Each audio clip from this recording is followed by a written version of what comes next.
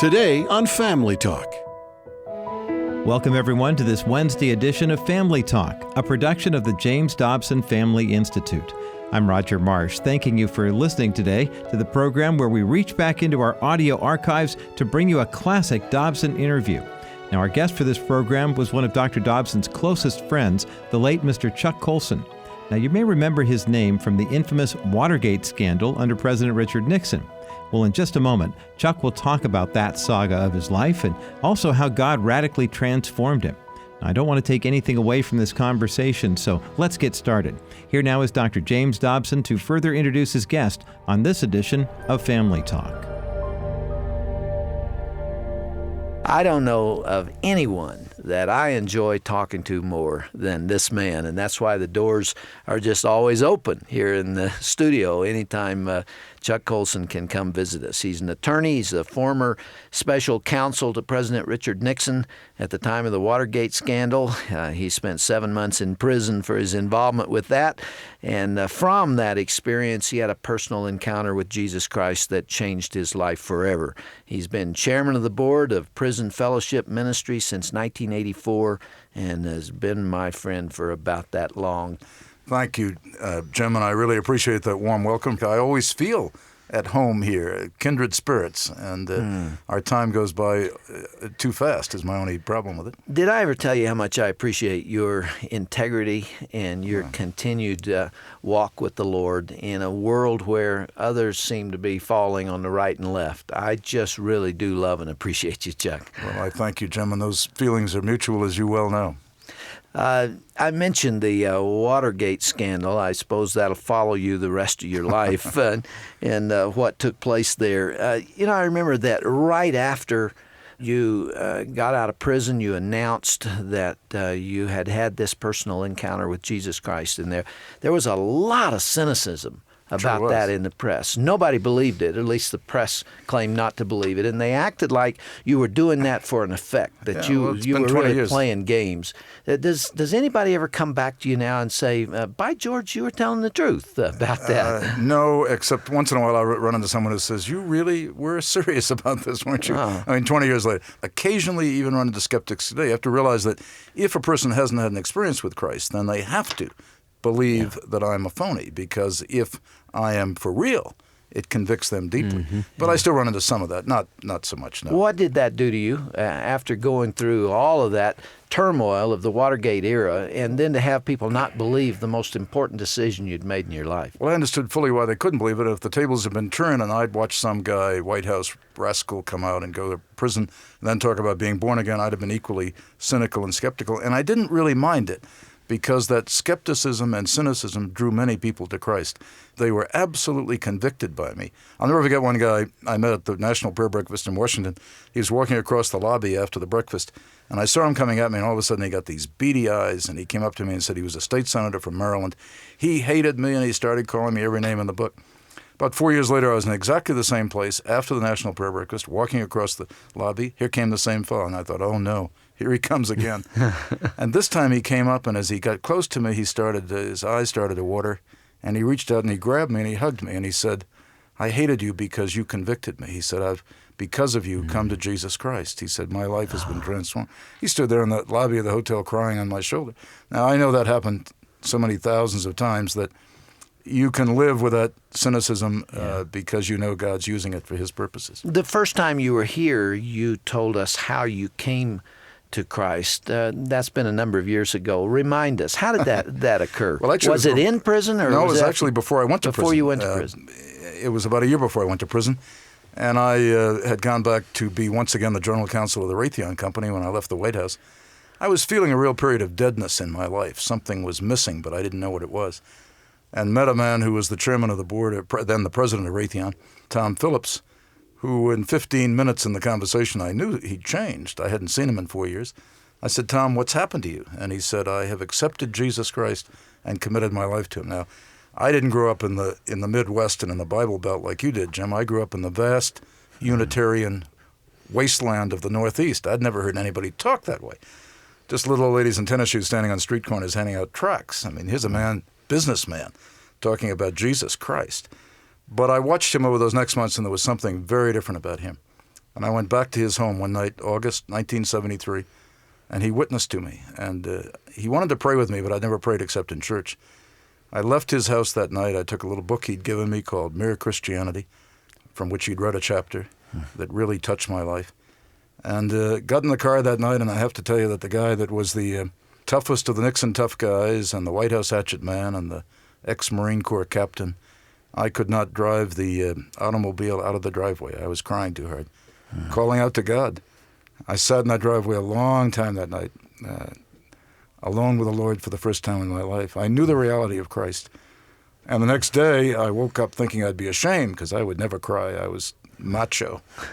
And I felt a wonderful relief, and that's been almost 20 years ago. And I can only say to the skeptics, I'm more convinced of the reality of Jesus Christ today than I am of my own reality. You had a reputation of being about the toughest guy in the White House. Chuck, how did a guy who took on all comers and was known for his ability to let you have it if you crossed him, how did such a man have a soft spot inside like that for Jesus Christ? I think every human being does. See, I think the truth is in us. I don't believe there's any such thing as an atheist. I believe there are no atheists in the world. If anybody's listening to this broadcast who believes they're an atheist, they are simply deluding themselves. The truth of God is in every one of us. The image of God is impressed into us, as Romans 1 says. And we rebel, and we run away, and we try to fill it with other things. And one of the things I tried to fill it with was pride, masculinity, tough. I wanted to be the guy that could get anything done. And then suddenly, I was pierced to the heart because I saw a man who was changed. And I saw love, which I had not known. And I knew deep in my own soul that I needed that. That's why I went back and spent an evening with him. And the moment I discovered what it was, all those calluses I'd built up over the years, protecting myself, protecting my pride, they were gone. And then the inner person comes out. And I've lived the most joyous 20 years. I mean, if I were to leave now and go home with the Lord, I would be grateful for every single day I had and wouldn't trade the worst day of the last 20 years for the best day of the 40 years that preceded that. You had stomach cancer a few years ago, and you had an opportunity, as I did, to lie in the hospital and look at the ceiling and ask, what is it all about, and what comes after this life? Do you draw any conclusions from that, Chuck? Yeah, Did it have an impact I had a very on you? poignant moment in the hospital when the stomach tube that was draining my stomach I'd been operated on clogged, and the serious problems, very serious problems, kind of code blue stuff they called in my family, and my temperature went to 105, and I really thought I was dying. And I thought, in one sense, sadness, I'll be leaving my family, but I was certain that if I walked across that line at that moment, I would meet Jesus. Absolutely certain. And I felt a total peace that I can't describe. And only one thought went through my mind. I thought, how in the world could anybody go through life and get to this point, as we all will, and not know Jesus Christ? How empty life would be. And as it turned out, I got through that night and got through 30 days in the hospital and made it, and had to go back a couple of other times. But I've never been closer to that moment when I knew I would see Jesus face to face. It really does put a different perspective on it. Puts a different perspective on every day you live thereafter. I hadn't planned for this conversation to go in this direction, but I feel it's right. And this is what makes it all meaningful. This is where those values come from. The foundation of it is Jesus Christ, who died on the cross to take my sins upon himself. And if I didn't really believe, Jim, that Jesus Christ died on the cross for my sins, if I didn't believe that the stuff I know that has been in my heart over the years, not the things you read about in Watergate, but the hatred and the envy and the pride and the bitterness and the covetousness, if I didn't know for certain that Jesus died for those sins on the cross, I could not live with myself today. And anybody who's listening who does not know for certain that Christ died for them on the cross and that their sins can be forgiven, stop whatever you're doing right now. How can they know it? Stop and turn to the Lord in prayer and ask him, just reveal yourself to me. Are you real? Forgive me my sins. Come into my life. Make me the person you want me to be. I cried out in the driveway. I didn't know the words. I just cried out and said, Jesus, take me. I want to know you. I want to know you, God. I want you in my life. And my life was changed because the Holy Spirit will touch you at that moment. He wants you just the way you are right now. And as a matter of fact, a lot of people I know, intellectuals that I argue with frequently, will say, well, I'm trying to get my act together and I'll get in shape to meet God sometime. Well, you can never get in shape because you can't do it because we're fallen creatures. We live in sin. That's not a nice word in today's environment, but it's true. We are sinners. And the only way that can be changed is the regenerating power of Jesus Christ, of God transforming our lives. We can't do it ourselves. I'd have been probably have cirrhosis of the liver by now, be angry with the whole world, and I don't think I could live with myself. I mean, I wouldn't trade places for anything in the world with the people who came out or are back in politics or back practicing law. I mean, the joy that I have is inexpressible. Now, wait a minute, Chuck. Is that Christian propaganda? No, it's not Christian propaganda. Here you were, 10 feet away from the President of the United States. You were right down the hall from the Oval Office. I know right where you were. And you could pick up the phone and you could call for a Marine helicopter to come pick you up, take you any place. Air Force jets waiting at Andrews Air Force Base, limousines. You were in on all the important issues of state, and you had as much money as you needed, at least you did prior to going into government. At one point, I think you had a yacht, did you not? Oh, sure, big yacht. Chesapeake all Bay. that stuff.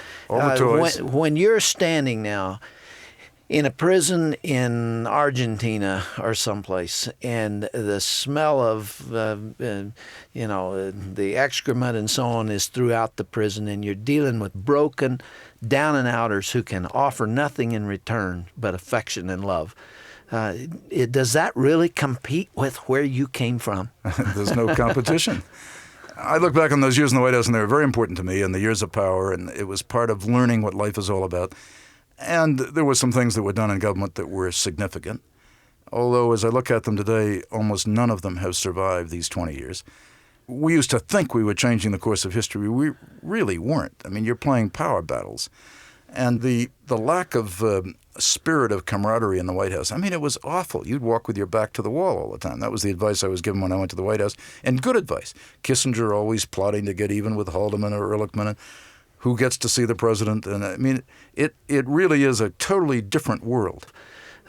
You told me privately a number of years ago that if you could have actually presented all the evidence that you had at your disposal, you would never have been convicted. You would not have gone to prison.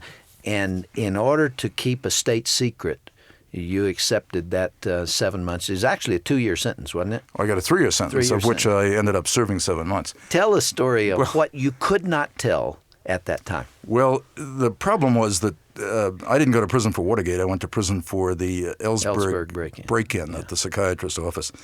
And the reason that they broke in was they were very concerned about the papers that he had stolen from the government. Pentagon Papers and others, National Security Study Memoranda, and was disseminating to the media. And one of them turned up at the Russian delegation in the United Nations. Several of them turned up on the desks of U.S. senators. Many of them made their way to the newspapers, but we didn't know all the papers he had. Now, breaking into his psychiatrist's office was a stupid, dumb thing, and I did not know about it in advance. But I was part of a conspiracy to defame Ellsberg, and that's what I pleaded guilty to. If, however, the court had allowed, or if we had been willing to testify, what was in the Pentagon Papers, sequestered during the trials and protected, never released, but that we were fearful would be released, I think it would have been exculpatory, possibly even exonerating, of what we did to attempt to expose Ellsberg. Because in the Pentagon Papers were the names of CIA agents operating abroad at that moment. So lives would have been in an instant jeopardy. We had names of people who were CIA cover agents operating in the Soviet Union. They were in those papers that Ellsberg had. We had reason to be alarmed for lives. Not only that, but in there was intelligence of conversations taking place, recorded conversations, taking place among Soviet officials from their limousines while they were driving around in the Kremlin. We had such sophisticated listening devices in our satellites that we could actually monitor and listen to their phone conversations. But those transcripts, if they had been released, would have let the Russians know, the Soviets know, that we were actually listening to their radio communications in their limousines in Moscow, and would have been devastating to our national security effort. So we all discussed it at the time and agreed that regardless of the consequences to our case, we would never disclose that. We went before the judge and told him these things.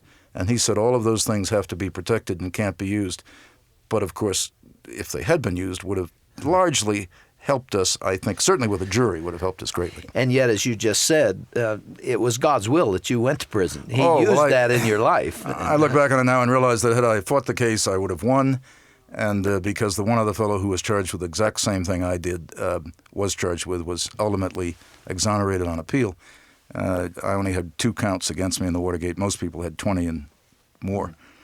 And we never should have been tried together. So on technical grounds, I would have been thrown out. But no, God had a plan for my life. And today we have 46,000 volunteers. We have, thanks to your help with Angel Tree, 250,000 kids being visited at Christmas with gifts, being given the gospel. We have lives being transformed all around the world in the 80 countries we're working in.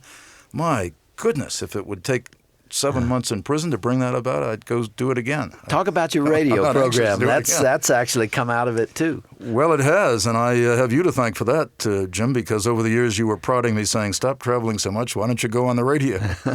And so we started 1991, started a broadcast 4 minutes a day called Breakpoint, and it's been absolutely marvelous because in the first year we had over 30,000 calls of people calling, asking for transcripts. The thrust of it is to try to equip the believer to think Christianly about issues, to look at what is happening in our society, and to give them the ammunition. I mean, I think the job of all of us in parachurch ministries and in the church, the primary task is to equip the believer to live out his faith, something I talk about in my new book, and feel passionately about.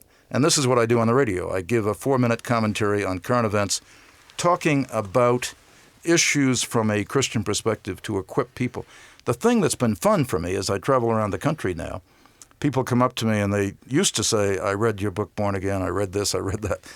Now, fully 50% of them come up and say, I listen to your radio program regularly. It helps me. Isn't that exciting? It's wonderful. I get the transcripts and I pass them out in our Sunday school class, and that's what I love to see is the multiplying effect that radio has. I never understood it until you coaxed me into it. Funny that you should mention your new book. Right. You were invited here to talk about that today. It's called The Body Being Light in Darkness by Charles Colson with Ellen Santilli Vaughn. Did I pronounce her name correctly? You did. That's right. And this book is just recently released about the church. You're really commenting on the status of the church, the larger body of Christian believers around the world. The body of believers worldwide, and also our local congregations, because this book, I have to tell you, Jim, this book represents a real passion of mine. I've worked on this for 3 years, and I don't think any book since Loving God have I felt the inspiration of the Holy Spirit as I wrote it, nor have I felt deeper convictions about it. There's a lot in here that'll be controversial to people, but I think we have had a scandalously casual view of the church. We have been sucked into the consumer mentality. By and large, and this applies across the board, evangelicals as well as mainline churches, we drop into the church on Sunday morning where we feel like going, like you might choose a Wendy's one day and a McDonald's the next, to see where we're going to get a message that makes us feel good, and we measure church by its growth. Now, what this has done is to blunt the church's effectiveness in our culture, to the point that George Gallup discovered, and this goes to the very reason why we're in trouble in American culture today. George Gallup discovered that there's no difference in the behavior of people who are churched from people who are unchurched. If the church is just a place you go, like you might choose a Wendy's or a McDonald's, then of course it isn't going to affect your behavior. The church is not a building. It isn't a place you go for therapy. It isn't measured by its growth. The church is the place of the holy community where the people come together, people of God, where somebody sees, where the world can see a look at the kingdom to come, of the invisible kingdom of God made visible. It's the people of God living their faith out. And we've got to regain that view of what the body is in the world and what the body is when we come together in our local confessing congregations. And that's what this book attempts to do. So people see the church as a filling station. It's time to come in and especially be touched emotionally if you can, and kind of get charged up and go back out to live like you were going to live anyway. Yeah, what a sad commentary. Does that really assess where we are today? Unfortunately, to a very large extent it does. And what happens, of course, when the marketing model takes over is that the elders and deacons put pressure on the pastors. I feel sorriest for the pastors in this. The elders and deacons put pressure on. They say, we want to grow. Well, if you want to grow, you've got to have enticing messages and a warm feeling to bring people in. And people do choose churches today on the basis of fellowship, music programs, convenience, location, preaching, in just about that order according to most of the surveys that I've looked at. What they ought to be choosing it on is where am I going to get solid meat and where am I going to be equipped for service in the world, because it's the function. You know, when I was in the Marines, we went through basic training, and it was the Korean War, and people were coming back in pine boxes. And so when I went to basic training, you worked 16 hours a day. You went over the obstacle course morning, noon, and night. You went out on 20-mile marches. You took your rifle apart blindfolded and put it back together blindfolded. You learned the Marine manual by heart. You were studying because you were going into combat. We should look at our churches exactly the way you look at Marine Corps training for combat, because that's what it is. It's the church, the body of believers who meet together for worship and study, for the proclamation of the word, for the administration of the sacraments, and for the equipping of the believers in the world. That is how we are preparing people today for the spiritual combat in which we live, and we should take it every bit as seriously as soldiers or Marines prepare to go to war. We're going to have to spend another day on this, Chuck, obviously, and we have time for one more question and answer. Let's make it this. Give me an overview of the health of the church and the Christian community and the body today. If you look at all the different dimensions, all the things that are going on, in the small towns and the big cities, how do you assess that? Well, I would say that there are many good churches where the word is being faithfully proclaimed and taught and people are being discipled. But on the whole, the body has really not done its job in our culture. Because in this period of great evangelical upsurge in North America, look what's happened to belief in the Bible. Gallup took a poll in 1963 and found that 65% of the people believe the Bible true. Here we are, 30 years later, great evangelical movement. What's that same poll show today? 32% believe in the Bible. 1976, it was the most fashionable thing in the world in this country to be born again. It was all over the cover of news magazines, the year of the evangelical. In 1992, Gallup asked what organizations or what movements or what people do you fear the most? Top of the list, fundamentalists, 50%. Mm-hmm. Secular humanists were feared only by 38% of the American people. So the terrible problem we have is that while we have been experiencing a movement of spirituality that has impacted our churches, and while more people are going to church and many more people profess to be born again, we've lost the culture. Now, there are a lot of reasons for that, which I deal with in the book, and there's serious reasons, and we've got to take a hard look at it. But it seems to me that the great challenge is to begin to root people back into the church, to strengthen the church, the local communions where people go to be trained and equipped, and the body at large. If you look around the world, you will see that in America and in much of the Western society, we are losing ground. We've certainly lost Europe. Europe is a post-Christian culture. It's gone. America you said in here we're a post-Christian I believe America culture today is a post-Christian culture. Yeah. But if you go, for example, to Korea, where I was just a few months ago, and you ask any pastor about the church, they don't answer, I'm building a new education wing, or I've gotten a new organ, or we've had 32 baptisms last month. They talk about winning the world for Christ. And there you see it exploding. They have a whole vision for the world in Korea. And I think the gospel has moved from Europe to the United States. I think we've trivialized our worship, and I think it's moving at this point towards the Far East. We must talk more about this, Chuck, and yes. Let's do that next time. The title of the book is The Body, Being Light in Darkness by Chuck Colson with Ellen Santilli Vaughn, and it's published by Word Publishers. Again, Chuck, I appreciate you, and we'll get right into the meat of it next time. But I just appreciate the things you said about how you came to know the Lord, because, again, there are husbands and wives, there are single people out there, there are even some children who have been in and around the church but have never really had a personal encounter with Jesus Christ. And if that has not occurred, all the rest of it is just game playing, isn't it? This is all meaningless if you don't go to square one, to the root, to the basic, and that is the personal relationship with the living God, the one who rose from the dead and who lives today at the right hand of the Father. And if you don't know him, then all the rest of this is nothing but talk. I'll see you tomorrow. Thank you, Jim.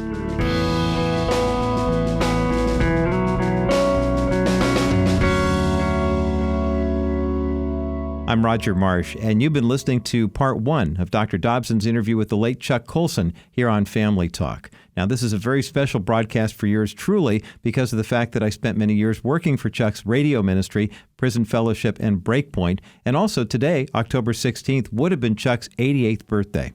Visit our broadcast page at drjamesdobson.org to see how Chuck Colson's legacy of work still continues to help people to this day. We have links for his book, The Body, also the Colson Center, and the Prison Fellowship Ministry, as I mentioned. You'll find all that and much more when you click on the broadcast page at drjamesdobson.org. Be sure to tune in again tomorrow for the conclusion of this insightful discussion that you've been listening to today. Dr. Dobson and Chuck Colson will talk about the church's responsibility to be a beacon of light in this decaying culture. That's next time right here on Family Talk. This has been a presentation of the Dr. James Dobson Family Institute.